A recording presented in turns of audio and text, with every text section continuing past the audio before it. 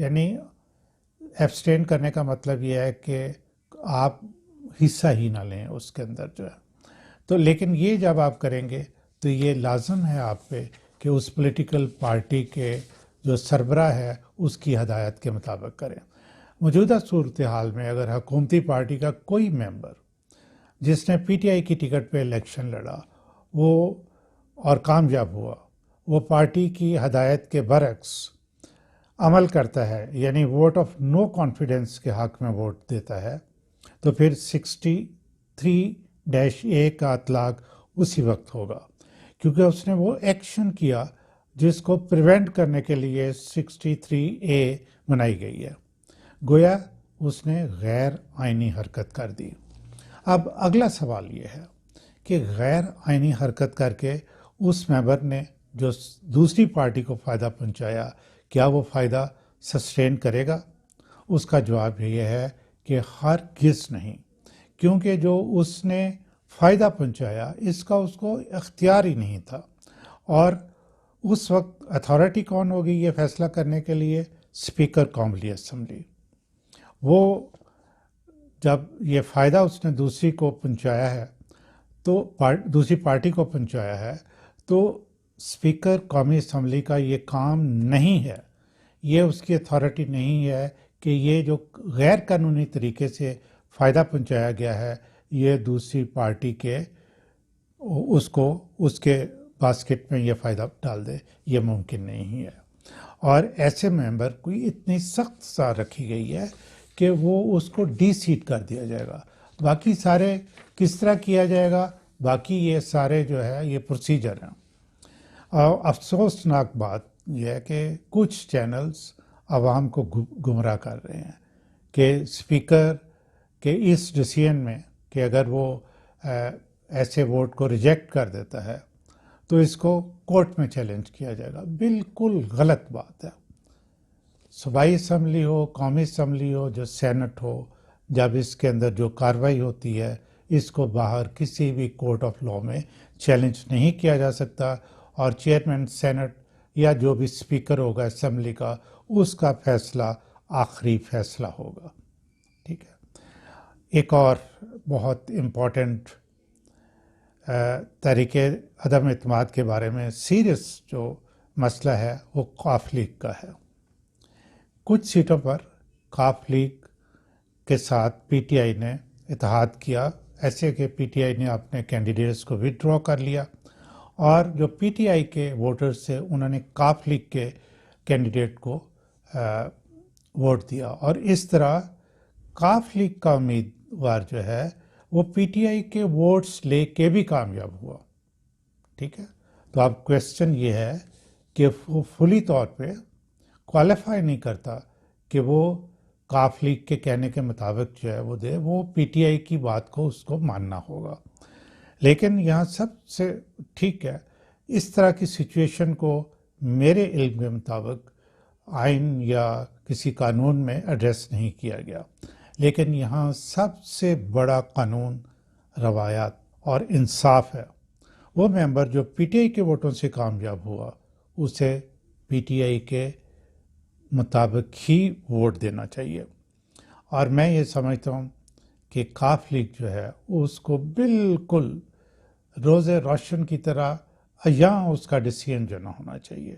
جتنی ان کی سیٹس ہیں ان کی نسبت جو کچھ پی ٹی آئی نے ان کو دیا، یعنی اسپیکر قومی اسمبلی، اسپیکر صوبائی اسمبلی، اور وہ بھی اسمبلی پنجاب کی جو کہ پاکستان کا سب سے بڑا صوبہ ہے. اس کے علاوہ مرکز میں بھی ان کے پاس وزارت موجود ہیں. تو پہلے ہی ان کو بہت حصہ مل چکا ہے. اس لیے اگر یہ فوری قاف لیگ جو ہے پہلے دن سے یہ کہہ دیتی کہ جی ہم نے ان کے ساتھ مل کے الیکشن لڑا تھا اور ہم ان کے ساتھ کمیٹڈ ہیں، ایٹ لیسٹ اس الیکشن کے جو بھی ٹینیور ہے وہ ختم ہونے تک، تو ان کے قد کاٹ میں اضافہ ہوتا. یہ ہیں اعلیٰ پارلیمانی روایات.